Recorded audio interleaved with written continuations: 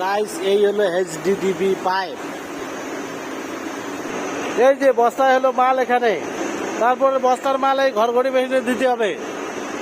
এখানে যাওয়ার পরে ঘুরে ঘুরে গরম করবে, তারপর এখান থেকে এখানে চলে যাবে। এই যে মোটর করতেছে, এই যে মাল, এই যে কালা মাল, এই মাল দিয়ে বেরোয় পাইপ।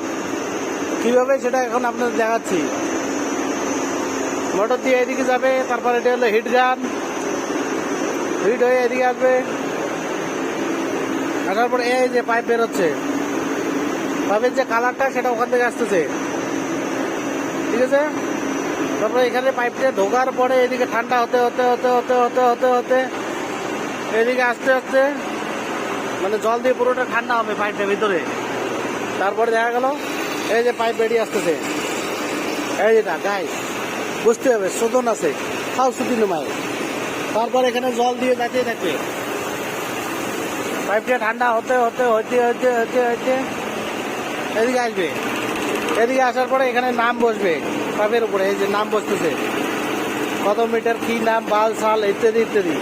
তারপর এদিকে আসার পরে এদিকে আসার পরে এদিকে আসার পরে এদিক থেকে এখানে এই যে ঘুরে ঘুরে রোল করা হবে, ঠিক আছে। Bye bye.